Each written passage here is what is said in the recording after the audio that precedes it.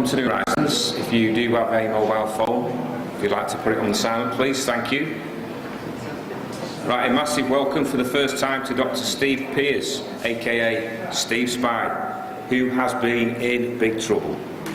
Steve tonight will fearlessly cover his involvement in activities that have led to his arrest on several occasions. He alleges that his treatment by the police has been interesting. He has regularly protested about the proposed fracking plan for the majority of our country, as large companies salivate at the thought of massive profits, has played very naughty computer games, and also points to alleged serious corruption within certain authorities and plenty more. Please welcome Steve Pearce.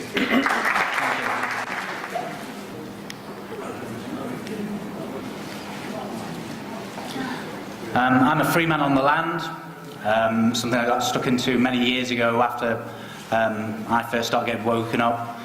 The judicial system that we all live under, it's fake. Once you start studying what's actually wrong with the system and how it's been set up to basically enslave us, your eyes start opening up to what goes on around you. And you're more able to deal with that if you study and look into the actual technical way that they're doing things. We live in an illusion. It's a bit like the Matrix sort of describe it. A total illusionary system created by corporations.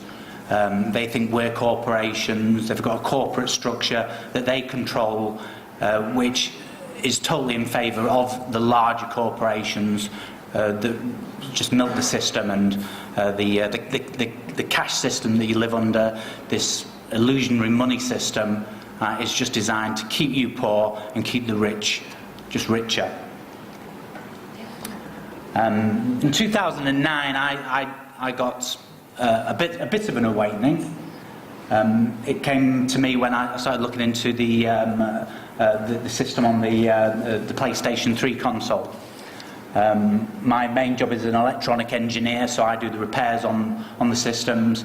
I also hack the security measures around the system that allow people to open up the consoles to do other things like build the systems into supercomputers.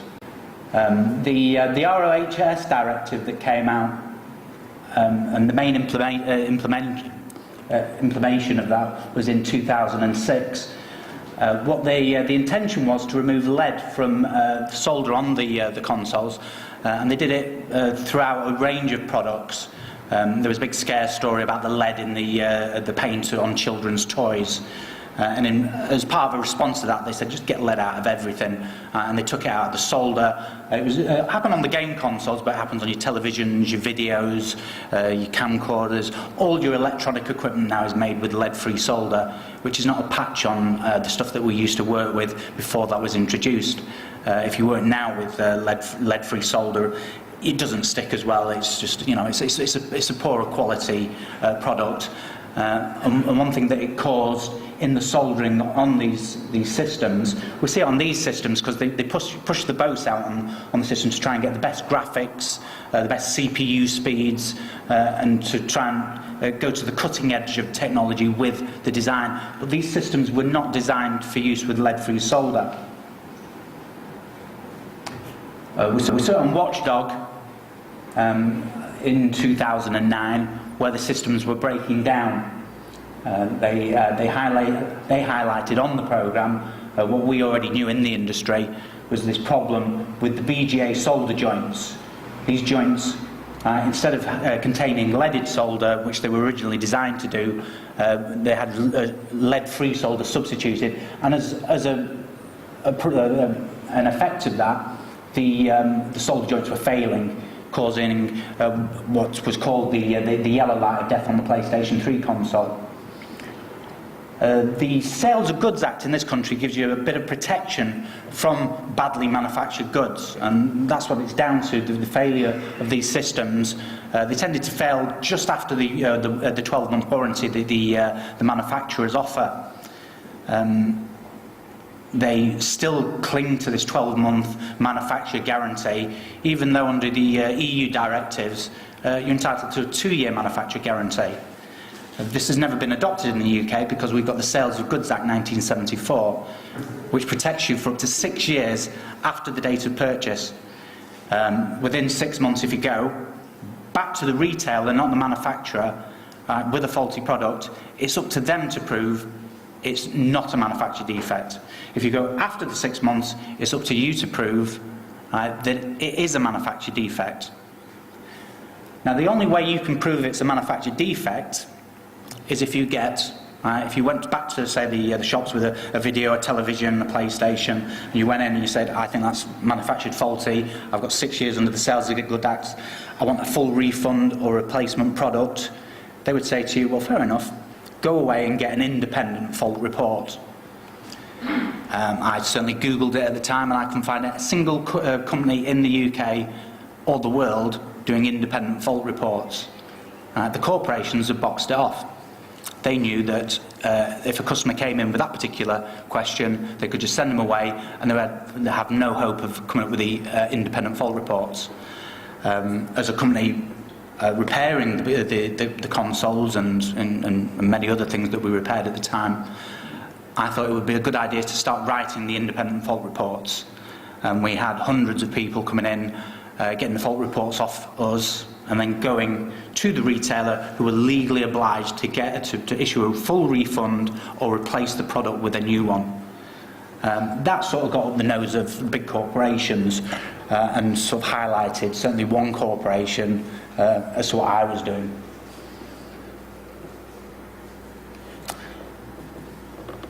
Just after sort of the occurrence of these manufacturer defects and me writing fault reports, the American Air Force built a supercomputer out of PS3 consoles.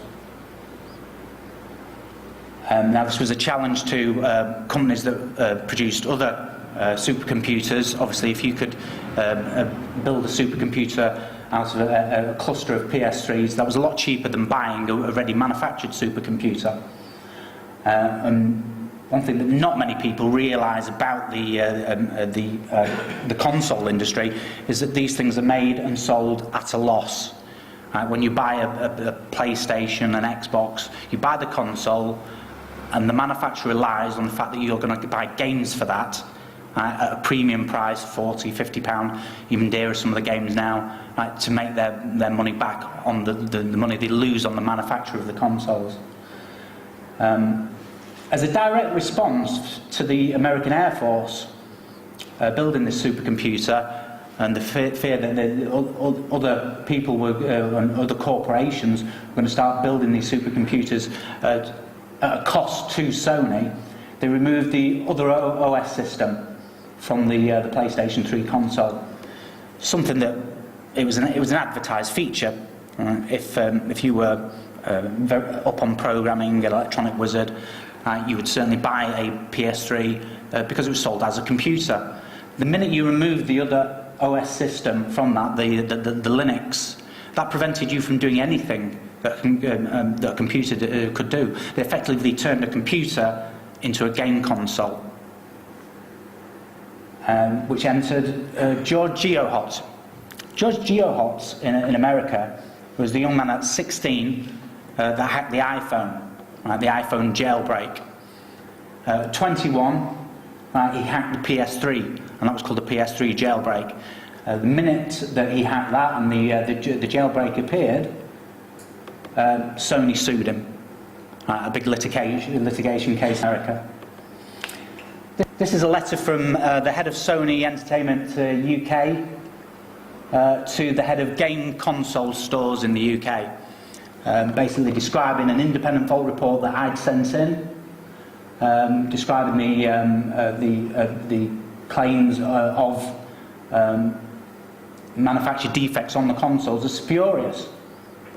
The date after this letter was written, and this was handed to us by a customer of Game, they started suing me for breach of patent on the PS3 console.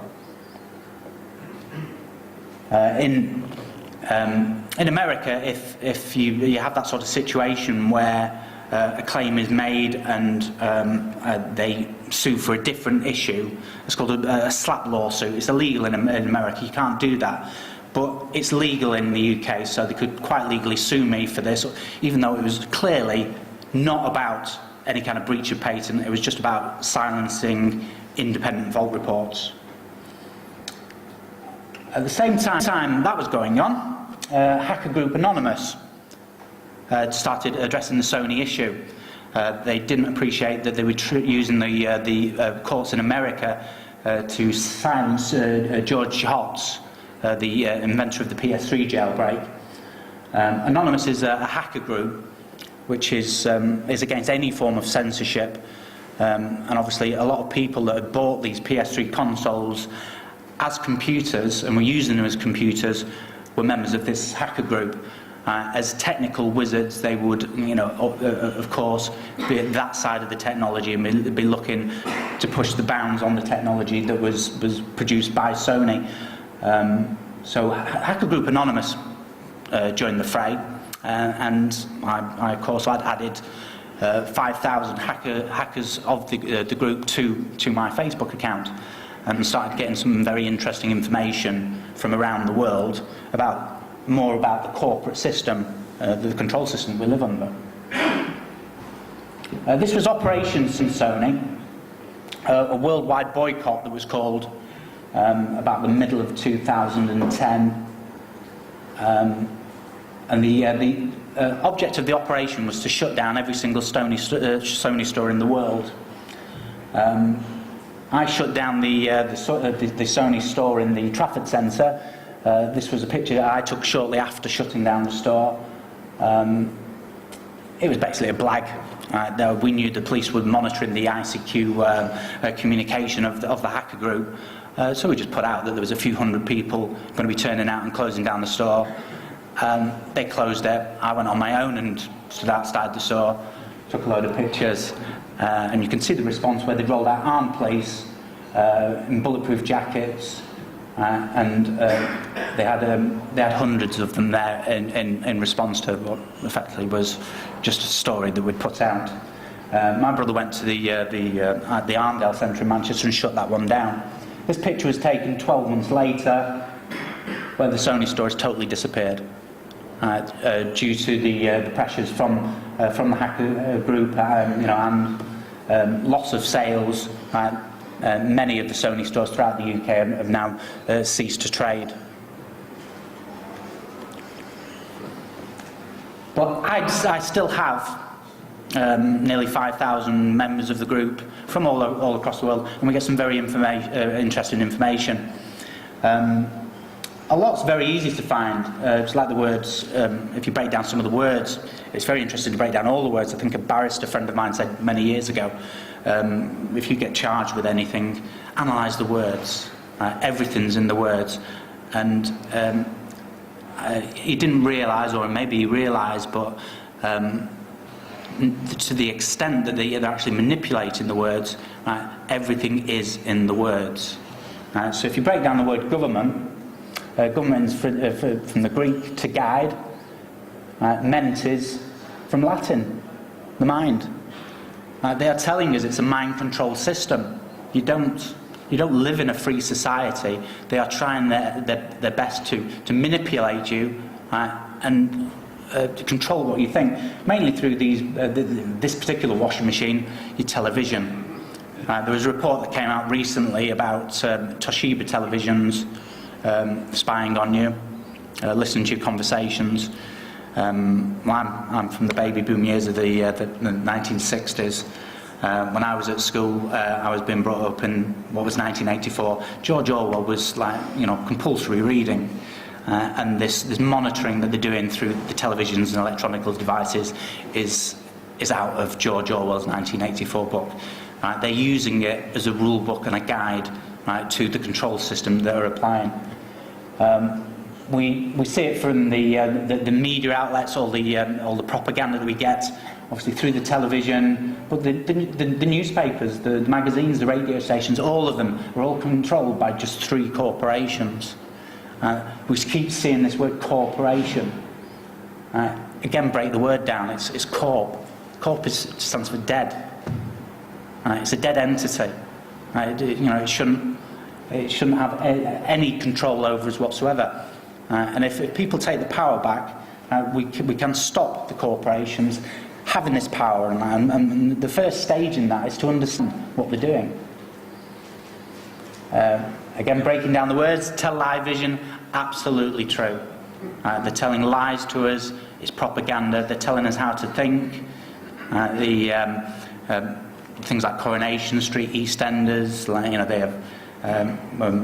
We look at things like the bailiff stories now. We do work on Beat the Bailiffs on Facebook and things like that. And it's comical the way that they're trying to reinforce these common stereotypes in order to make you obey and fear the system. Right? So one of the first things is disconnecting, or at least if you're going to carry on watching television, right, know that much of it is just trying to manipulate the way that you think. Marcus Aegeus, the CEO of BBC News, is also married to Catherine Rothschild. The Rothschild banking dynasty, a very, very big part of the control system. It goes to the Zionist bankers, and they know through manipulating the money supply they can manipulate everything. They don't care who's in government. The money supply gives them control over whoever's in government, and they can manipulate that. So much of what he does, he can just make up. He can pull out of thin air. This is Mr. Evelyn Rothschild. The Rothschilds financed the Nazis. They work very closely. They're not Jews. People get this thing that the banking people, the people in charge, they're not actually Jewish at all. They were adopted into the Jewish faith, and they've tried to manipulate it ever since. The Zionism, again, is different words. Zionism, Jewish, two different words. Kedem protest over the last summer, and the amount of manipulation that was going on, people trying to confuse those two words, Jewish is Zionism, and many just don't understand the differences themselves. That's why it's important for everybody to just look at the words, see what's being said, and break it down and explain, why why Zionism is being associated so closely with the Jewish people. It's a manipulation. Again, you're being manipulated to we're all being manipulated to a great degree. So it's a case of understanding the manipulation, and then you can see what the overall goal is that the Zionist people have set out.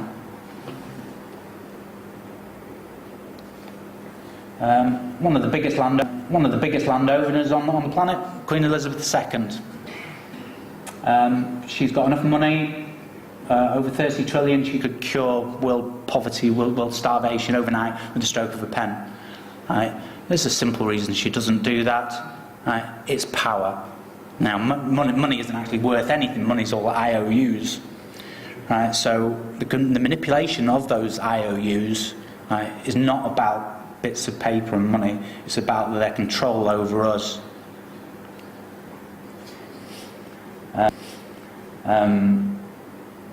Bill Gates, does it say 61 billion, is it?